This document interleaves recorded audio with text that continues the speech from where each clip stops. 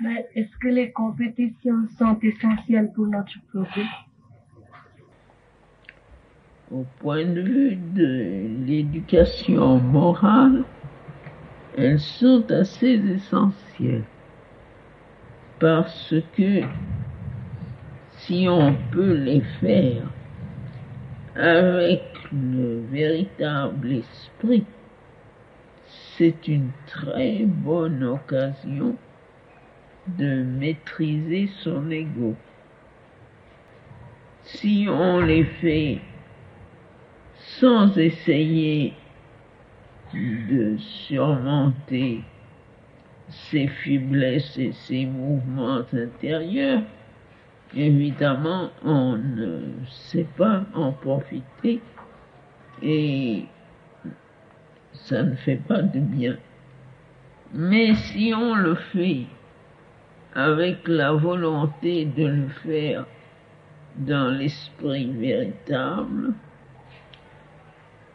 sans aucun mouvement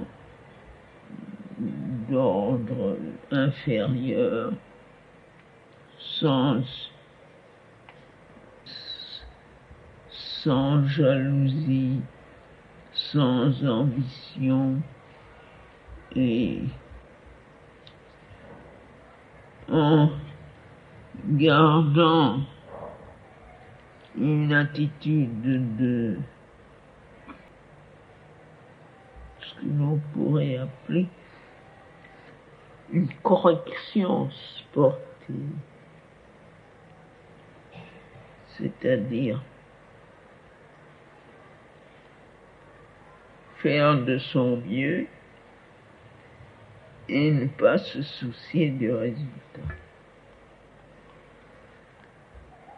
Si on peut faire le maximum d'efforts sans être troublé parce que on n'a pas rencontré le succès ou que les choses n'ont pas tourné en votre faveur, alors c'est très utile.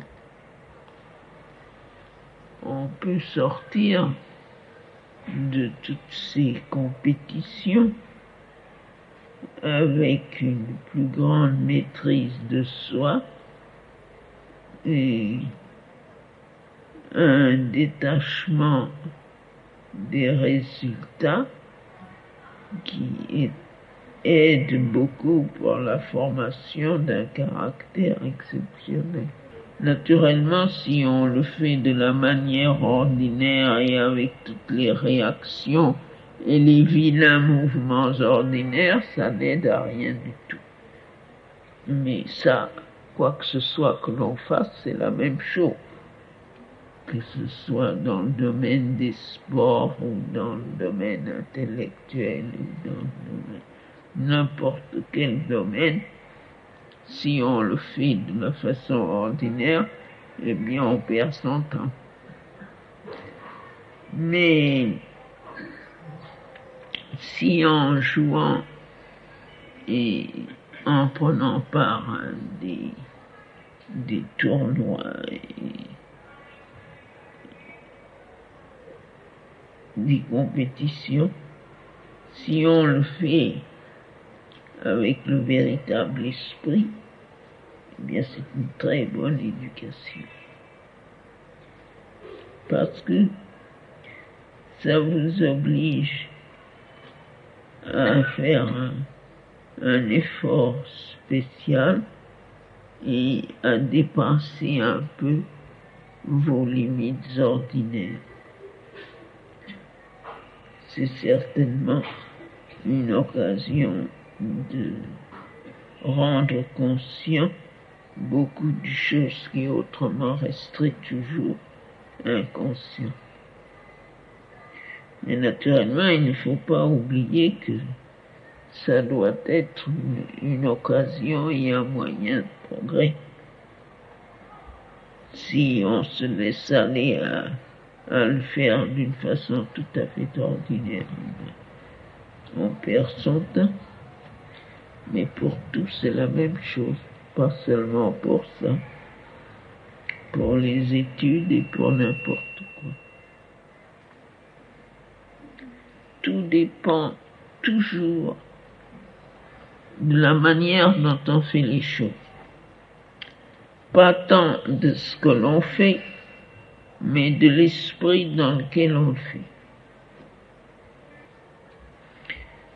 Si on était tous des yogis et que chaque chose qu'on fasse, on le fait avec le maximum de son effort et de ses possibilités, aussi bien qu'on peut le faire, et toujours avec l'idée de le faire mieux encore, alors évidemment il n'y aurait pas besoin de concours, de prix, de récompenses. Mais, comme M. Aurobindo l'écrit, on ne peut pas demander à des petits-enfants d'être des yogis.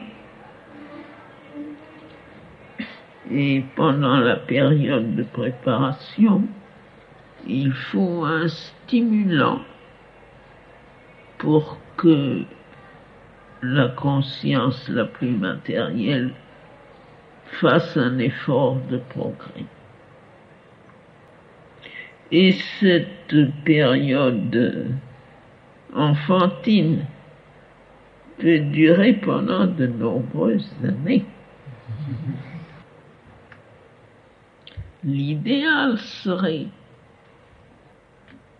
justement ce que j'ai écrit dans le dernier bulletin. Je ne sais pas si vous l'avez lu, le bulletin, ou pas,